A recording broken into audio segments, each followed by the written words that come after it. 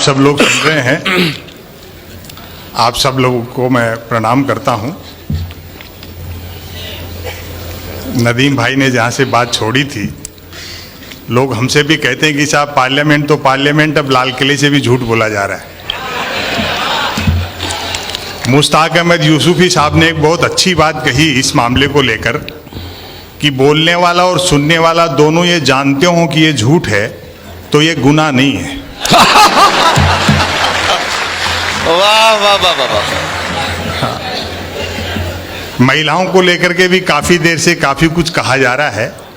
मैं महिलाओं का समर्थक हूँ इस मामले में, और बड़ी अच्छी संख्या में बैठी हैं। और आप लोग भी देखो, शादीशुदा हो तो पत्नी को साथ रखा करो, वरना मन की बात भी रेडियो से करते फिरोगे।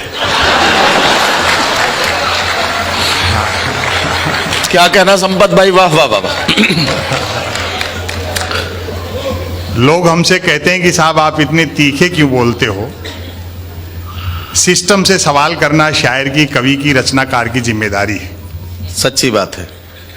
4 साल 4.5 साल से कैसेट बज रहा है, डीजल पेट्रोल हमारे हाथ में नहीं है, रुपया अंतर्राष्ट्रीय कारणों से गिर गया, महंगाई भ्रष्टाचार के लिए कांग्रेस जिम्मेदार है, बाकी सारी समस्याएं नेहरू छोड़ गए, फिर भी कोई दिक्कत हो तो पाकिस्तान चले जाओ।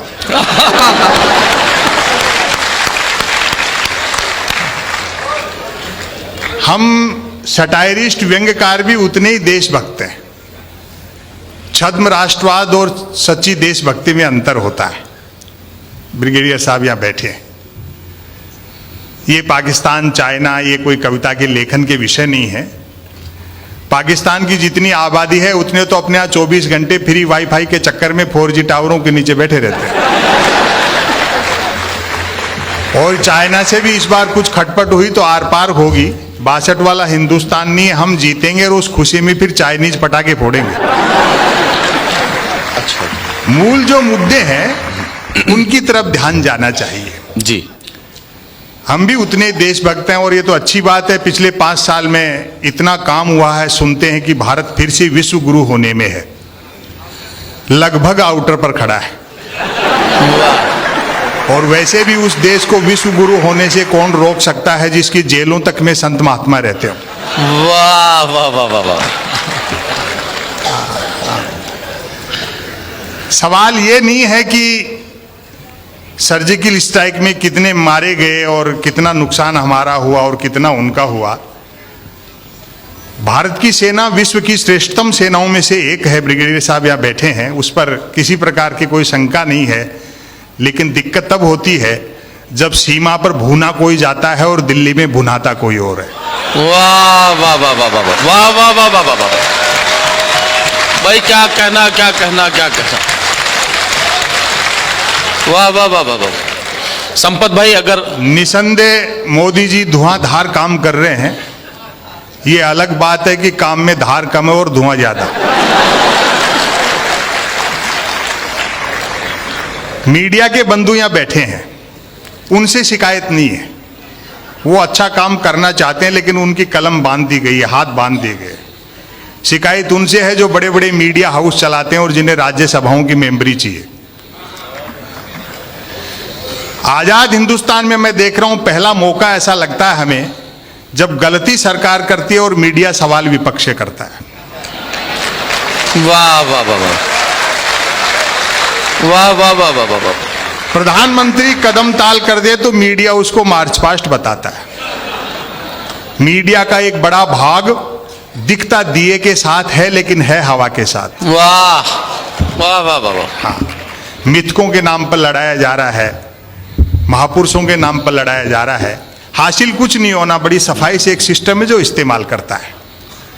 लाल कृष्ण आडवाणी जी भले आदमी, उनको थोड़ी मालूम था कि मोदी जी पांव छूने के बहाने जमीन खींच लेंगे।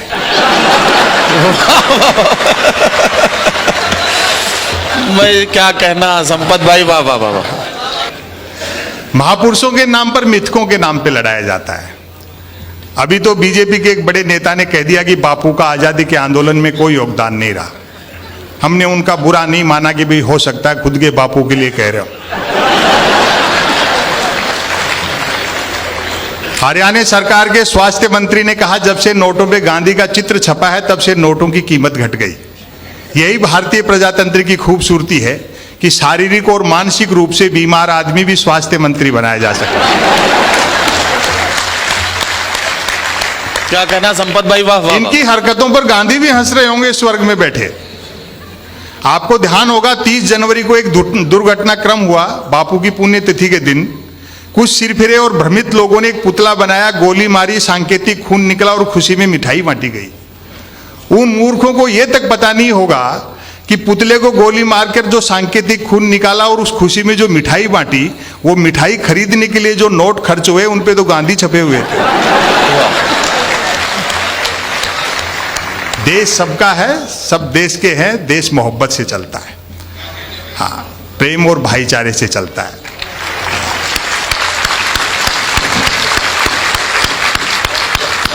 अखबार आप पढ़ते हैं, खबर देखें, उसका शीर्षक पढ़कर के ही सटायर पैदा होता है। आज भारत के प्रधानमंत्री भारत आएंगे। वाह भाई, वाह वाह वाह वाह वाह वाह वाह। मैंने कहा भैया खबर बड़ी है, सेलिब्रेट करना चाहिए।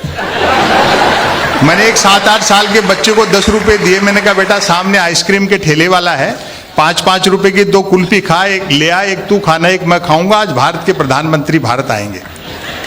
बच्चा गया, एक आइसक्रीम खाता हुआ लौटा, बोला अंकल उसके पास सिर्फ 10 वाली थी, आप फिर कभी खा लेना। और जो मैंने उससे पूछा आनंद इसका लें, मैंने कहा बेटा छोटी सी उम्र में इतना टैलेंट, चाय वाय बेचते हो क्या?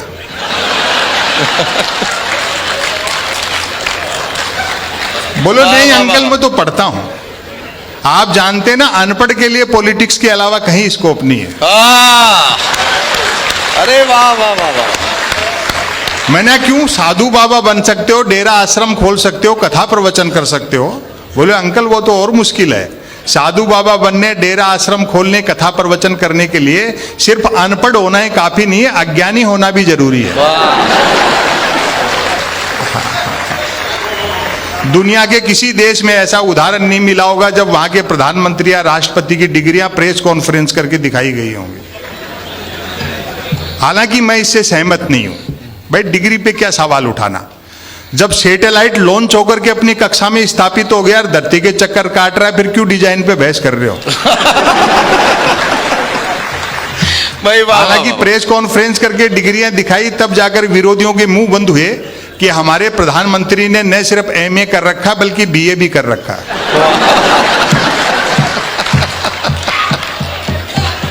और अभी अंजुम जी बैठी पास में पूछ रही थी, बोले क्यों भाई जी जब प्राइम मिनिस्टर इतने पढ़े लिखे हैं तो मैट्रिक भी करी रखी होगी।